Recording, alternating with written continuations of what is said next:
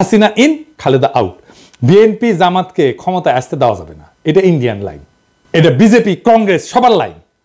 কারণ বিএনপি জামাত ক্ষমতায় থাকলে ইন্ডিয়ার বাংলাদেশে ভাত নাই। ভারতীয় পণ্য বয়কটে ভারতকে বাঁচাইতে আসছিল প্রভুপাত, এখন আওয়ামী লীগের পতনে ইন্ডিয়াকে বাঁচাইতে আসছে প্রভুপাত। কারণ ইন্ডিয়া জানে যে আওয়ামী লীগের জিন্দগিতে ক্ষমতায় আসতে পারবে না। বাংলাদেশে ইন্ডিয়ার অনেক সফট অ্যাসেট আছে, এই প্রভুপাত তার মধ্যে একটা, ইন্ডিয়ার সফট অ্যাসেট। এরকম আরো অ্যাসেটকে মাঠে নামাবে ইন্ডিয়া, এই যে রোকে অ্যাপ্রাজি আর একটা সফট অ্যাসেট। তবে প্রভুপাত তোমার ইন্ডিয়ান সফট অ্যাসেট মার্ক করে রাখলাম, যেদিন ভারতীয় পণ্য বয়কটের পিছিয়ে লাগছো সেদিনই মার্ক করে রাখছি। আমার মার্ক করা ভুল হয় না, বুঝছাও? তো একটা জিনিস জানো, কয়া রাখি, বাঘে শুইলে 18 গা, ঠোলাই শুইলে 36 গা, আর পিনাকি শুইলে জয় বাংলা।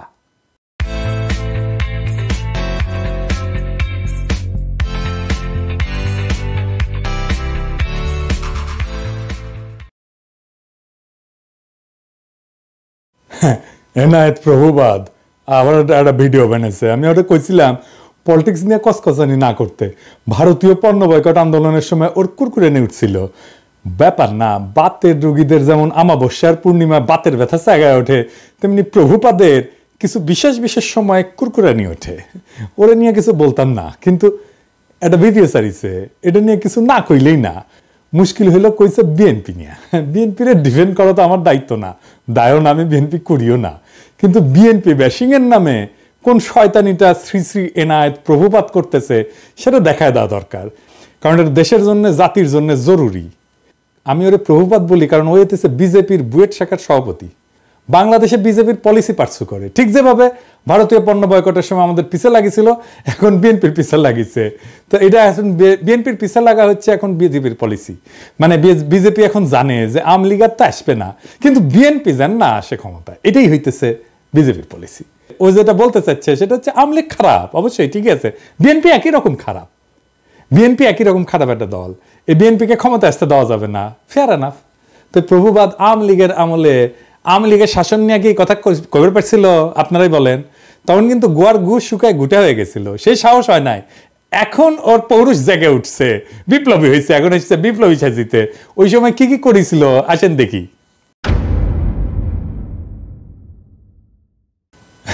পদ্মা সেতু নিয়ে বই লিখেছিল, হ্যাঁ, পদ্মা সেতুর কত কিছু আবার ভিডিও করছিল পদ্মা সেতু নিয়ে। নির্বাচন আগে হাসিনার যেগুলো মেগা প্রজেক্ট, গুলো মেগা দুর্নীতির প্রজেক্ট, সেগুলো নিয়ে ও ভিডিও বানিয়েছিল। পদ্মা সেতু নিয়ে, মাতারবাড়ি নিয়ে, রামপাল নিয়ে, পায়রা নিয়ে, রূপপুর নিয়ে। রূপপুরে কি পরিমাণে টাকা মারিছে এখন সব খবর বাড়াচ্ছে, কিন্তু ওর কাছে আসে নাই গেল সেই খবর, ওইটা প্রমোট করে গেছে। ইন্ডিয়া আউটের সময় ও ইন্ডিয়া আউটের পিছে লাগিয়েছিল, কইছিল মনে আছে না? এটা আবার দেখেন, বাংলাদেশের মানুষ নাকি পেঁয়াজ খেয়ে নেশা করে। শুনেন, বাংলাদেশের মানুষ দুইটা জিনিস দিয়ে নেশা করে, একটা হচ্ছে সয়াবিন তেল আর একটা হচ্ছে পেঁয়াজ। আবার দেখেন নসরুল হামিদের ওটি যে ভিডিও ব্যানার প্রশংসা করে, হ্যাঁ।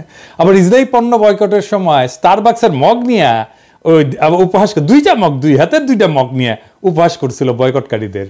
আজ এডিটর সাহেব দেখান তো 5 আগস্টের আগের ভিডিওগুলো দেখান, এখানে টাইটেলগুলা, আর পরের ভিডিওগুলোর টাইটেলগুলো এটি দেখান। দেখেছেন? হ্যাঁ, বিপ্লবী পৌরুষ জায়গায় উঠেছে, বিপ্লবী হয়ে উঠেছে। আগে ছিল ধ্বজভঙ্গ, তারপরে 5 আগস্টের পরে ওর পৌরুষ জায়গায় উঠেছে। তা আসেন ভিডিওর শুরুতে কি কইছে সেটা দেখি। 5 আগস্ট বিকাল থেকে বিএনপির বিভিন্ন লেভেল থেকে এই দাবি আসতে থাকে যে আগামী 3 মাসের মধ্যে আপনাকে নির্বাচন দিতে হবে। তো ও বিএনপির দোষ দিতেছে। বিএনপি কেন বাংলাদেশের বর্তমান অন্তর্বর্তীকালীন সরকারের কাছে নির্বাচন চাইছে? তো একটা গণতান্ত্রিক দল তো নিজের দেশের সরকারের কাছে সুষ্ঠু নির্বাচন চাইবে না? বিএনপি তো হাসিনার কাছেও চাইছে নির্বাচন নাকি? তো এনাদের ওই যে বাবার দেশ ভারতের কাছে যে ওর নেতা সজীব ওয়াজেদ জয় 90 দিনের মধ্যে বাংলাদেশে নির্বাচন করায় দেওয়ার দাবি করলো, সেটা এনাদের ভালো লাগছে না? হ্যাঁ, দেখেছেন?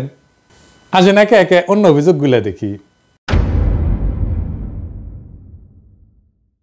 ওই করছে যে মার্কিন দূতাবাসের সূত্র নাকি দাবি করেছে যে তারেক রহমান বিভিন্ন কনস্ট্রাকশন কোম্পানি আর প্রতিষ্ঠানের কাছে চাঁদা চাইছিল। শুনেন, মার্কিন দূতাবাসেরই আরেকটা সূত্র বলতেছে তারেক রহমান কোটি কোটি ডলারের অবৈধ সম্পদ সংগ্রহ করছেন। ঢাকায় আগে একজন মার্কিন রাষ্ট্রদূত ছিলেন যার নাম জেমস এফ মরিয়ার্টি। উনি বলতেছেন তারেক রহমান শুধুমাত্র যে মোনেম কনস্ট্রাকশনের মতন একটা লোকাল কোম্পানির কাছ থেকে ঘুষ খাইছেন এমন না, বলে রাখি মোনেম কনস্ট্রাকশন তারেক রহমানকে 4.5 লক্ষ মার্কিন ডলার ঘুষ দিছিল।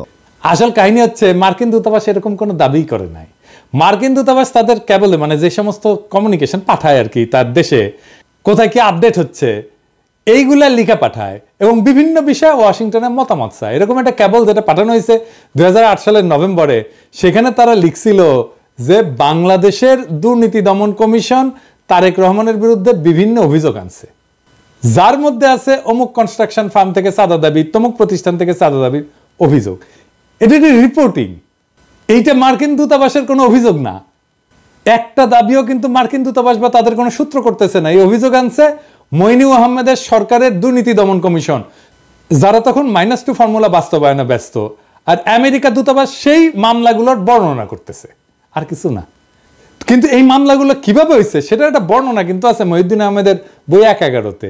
এই মামলাগুলো হয়েছিল সরাসরি মইনুল আহমেদের নির্দেশে, যদিও তখনকার এনবিআর বা দুদক কেউই তারেক রহমানের বিরুদ্ধে কিছুই পায় নাই।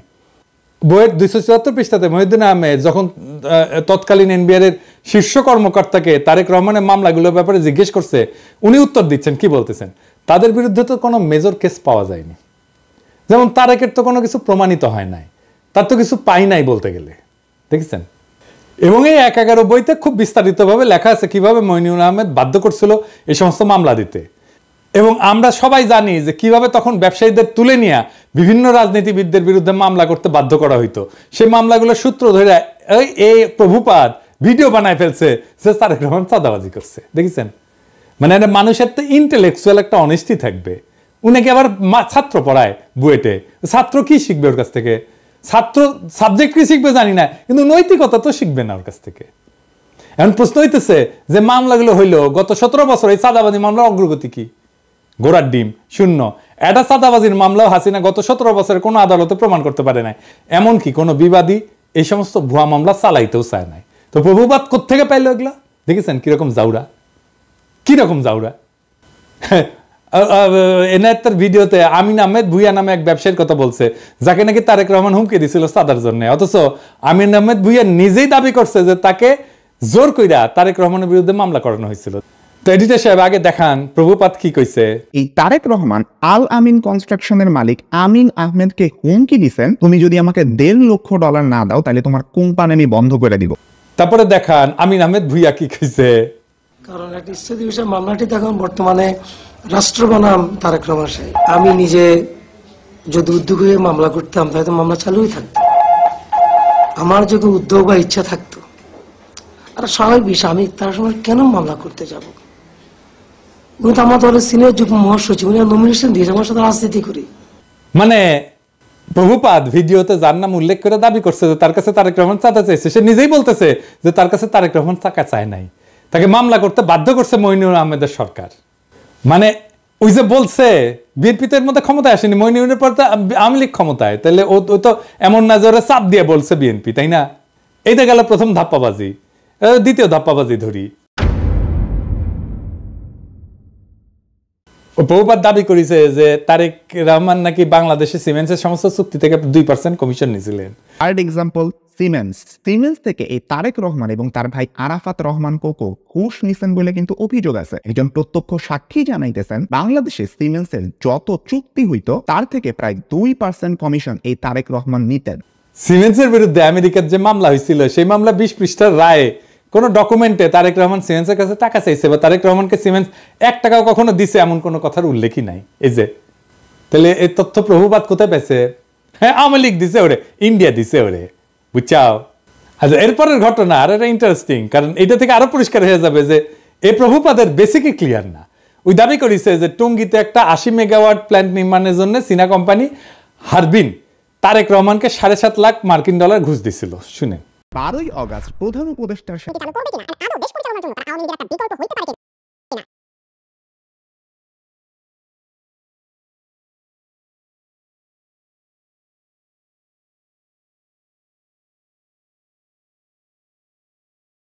আসল কথা হচ্ছে হারবিন একটা টেন্ডার প্রক্রিয়াতে সর্বনিম্ন বিডার হিসেবে 2002 সালে মনোনীত হয়েছিল। এই দরপত্র নিয়ে কোনো মামলা হয়নি কখনোই। তাই হারবিনকে কাজ দিতে তারেক রহমান ঘুষ নিয়েছিল দাবি ভুয়া, কারণ যার টেন্ডার সর্বনিম্ন হয় সে তো এমনি কাজ পাবে। মামলাটা আসলে কি ছিল? মামলাটা ছিল হারবিন এবং তাদের বাংলাদেশের পার্টনার নির্মাণ কনস্ট্রাকশনের টঙ্গীর বেসিক শিল্পনগরীতে যে পাওয়ার প্ল্যান্ট বানানোর কাজ পায় সেটার ওয়ার্ক অর্ডার নিয়ে। খাদিজা বেগম গিয়াসউদ্দিন আল মামুনকে দিয়ে পাওয়ার প্ল্যান্টের ওয়ার্ক অর্ডারটা তাড়াতাড়ি বের করে আনে। তো এটা কনসালটেন্সি ফি হিসাবে কিছু টাকা দিছিল বলে খাদিজা বেগম নিজে দাবি করছে আদালতে। খাদিজা বেগম পুরা মামলা কোথাও বলেন নাই যে এই টাকা তারেক রহমান খাদিজা বেগমের কাছে চাইছে বা দিতে বাধ্য করছে। তাই 2013 সালে এই মামলায় তারেক রহমানের নাম ছিল, কিন্তু তারেক রহমানকে খালাস দেয় আদালত। মানে হাসিনার আমলে তারেক রহমান আদালত থেকে খালাস পায় হাসিনার আমলে, কিন্তু যে বিচারক খালাস দেয় সে আবার খালাসের রায় দিয়ে দেশে থাকতে পারে নাই, তারা এসকে সিনহার মতো দেশ ছাড়া করে বাধ্য করা। উনি মানে ফিনল্যান্ডে আছেন। এরপর প্রভুপাত দাবি করেছে যে তারেক রহমান নাকি বসুন্ধরা গ্রুপের কাছ থেকে 21 কোটি টাকা নিয়েছিল একটা মামলার বিচার প্রভাবিত করতে। বসুন্ধরা গ্রুপের মালিকের একজন ছেলে আছে, নাম হচ্ছে শাফিয়াত সোবহান স্থানভীর। ইনি কিন্তু আনভীরেরই ভাই। আর বিরুদ্ধেও একটা খুনের মামলার বিচার প্রভাবিত করতেও তারেক রহমান 21 কোটি টাকা নিয়েছিলেন বলে অভিযোগ আছে। এই গল্পটা তখন ডিজিএফআই বানায় পেপারগুলোকে খাওয়াইছিল, যেটা 2016 সালে ডেইলি স্টারের মাহফুজ আনাম নিজেই স্বীকার করছে। সে বলছে ডিজিএফআই বানানো গল্প ছাপানোতে তার ব্যাড এডিটোরিয়াল জাজমেন্ট ছিল। ভুয়া গল্পটা হাসিনার ইন্ডিয়ার দালাল এনায়েত আজকে ওই জেনজিদের খাওয়াইতে আসছে, কোনো ধরনের রিসার্চ না কইরাই। কিরকম জাউরা দেখেন। আকবর সোবহান সাহেবের ছেলেকে বাঁচানোর জন্য তারেক জিয়া এত কোটি টাকা দিচ্ছে, একদম ফিগারটা সব উল্লেখ ছিল, 50 কোটি টাকা দিচ্ছে। এটা খুব সুন্দর। তুমি প্রথমে তোমাকে বলতে হবে ডেইলি স্টারে ছাপা হয় না, শুধু প্রত্যেকটা কাগজে লিড করেছেন এটা। না প্রত্যেকটা, আই ডোন্ট রিমেম্বার দ্যাট। না আমার মনে আছে না, এই প্রত্যেকটা কাগজে ওটা ছেপেছে।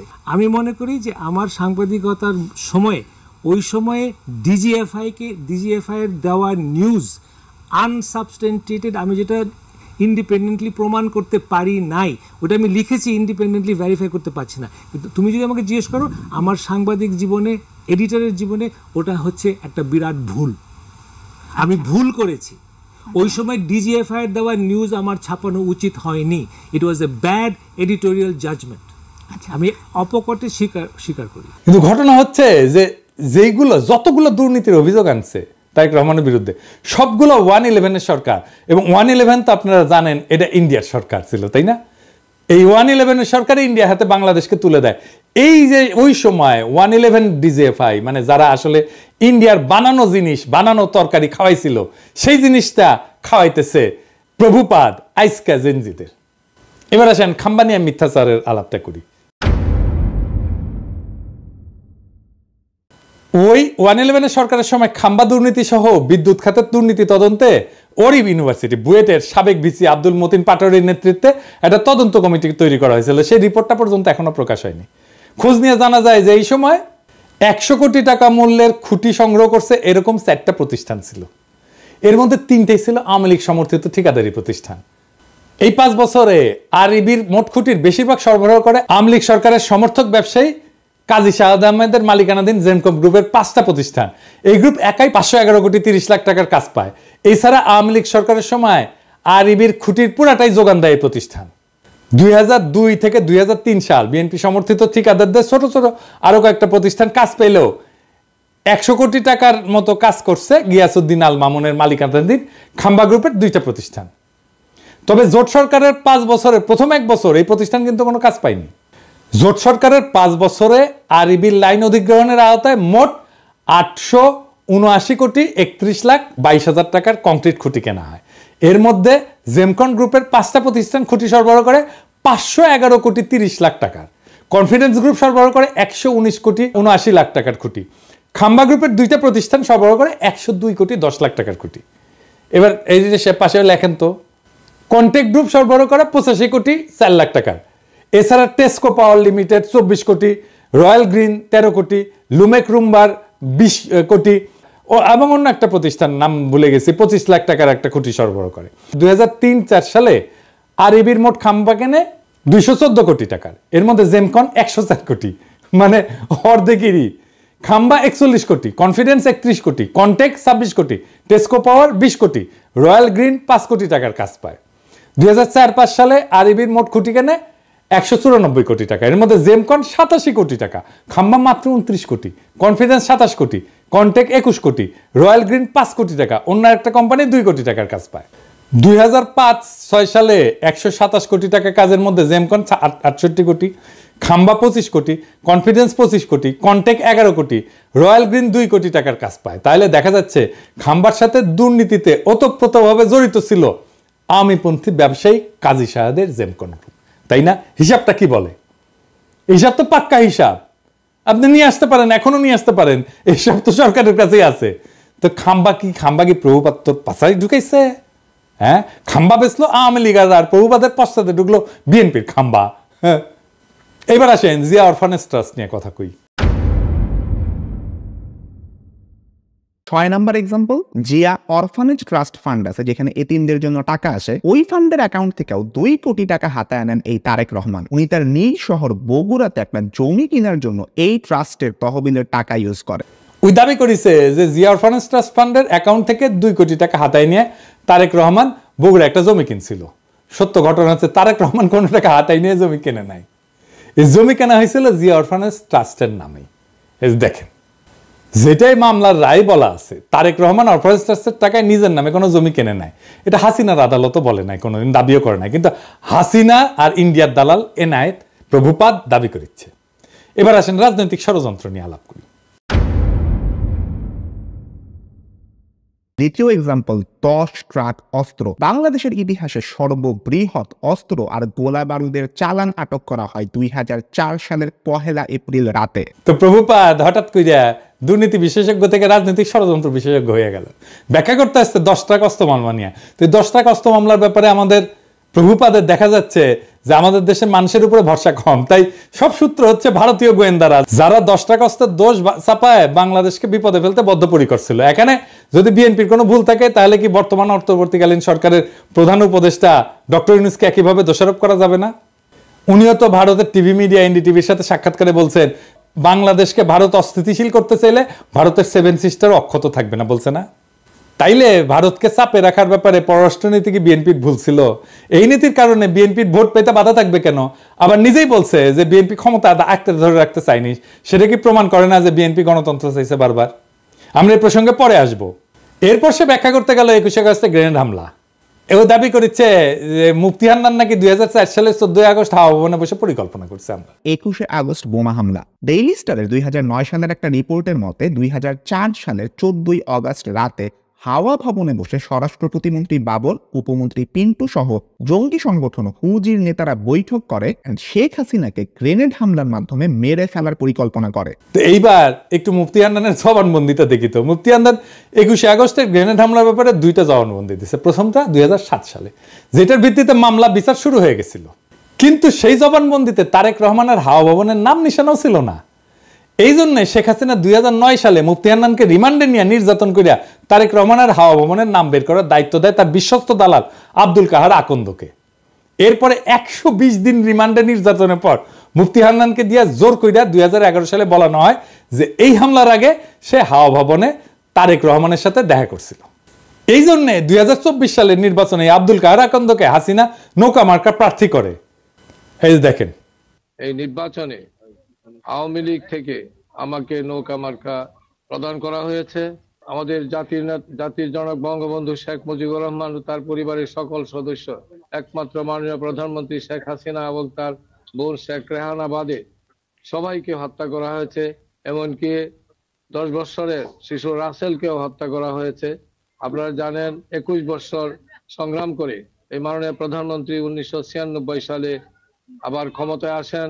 ক্ষমতায় আসার পর বঙ্গবন্ধু হত্যা মামলা রুজু হয়। এতদিন এই হত্যা মামলা রুজু করতে দেওয়া হয়নি এবং সেই মামলার তদন্তভার আমাকে দেওয়া হয়। সেই মামলাটিও আমি পরবর্তী তদন্ত করি এবং সঠিক পথে নিয়ে আসি। এই সমস্ত মামলা করার কারণে আমাদের আওয়ামী লীগ, যেটা একটি পুরাতন দল, সেই আওয়ামী লীগকে ধ্বংসের মুখ থেকে রক্ষা করা সম্ভব হয়েছে এবং আওয়ামী লীগের রাজনীতিকে টিকিয়ে রাখার ব্যবস্থা করা হয়েছে। আমাদের মাননীয় প্রধানমন্ত্রী আমাকে নৌকা মার্কা দিয়েছেন। এইদিকে মুফতি হান্নান এই জবানবন্দি দেওয়ার সাথে সাথে প্রত্যাহারেরও কিন্তু আবেদন করে। এই জবানবন্দি ছিল পুরাই বানোয়াট। আমি বলবেন যে আপনি বললেই বানোয়াট হয়ে যাবে, আছে না একটা জিনিস দেখি, মজার জিনিস। এটা বানোয়াট কেন?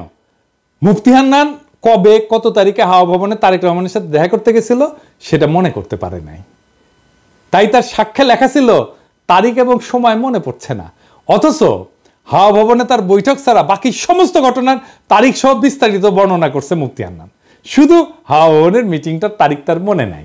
এখন আসেন একটা আদালত কিভাবে কাজ করে বোঝায়, কারণ হাসিনার আর মোদির ঘেটুপুত্র এনায়েত প্রভুপাদ আবার এগুলো বুঝবে না। আদালতে একটা মামলা যাওয়ার আগে পুলিশ তদন্ত করে সম্ভাব্য দায়ী ব্যক্তিদের নামে চার্জশিট দেয়। এরপর আদালত এই চার্জশিট গ্রহণ করে বিচার শুরু করে। বিচারে বাদী এবং বিবাদী পক্ষ তাদের পক্ষে সাক্ষী হাজির করে। এছাড়া আসামিদেরকেও হাজির করা হয়।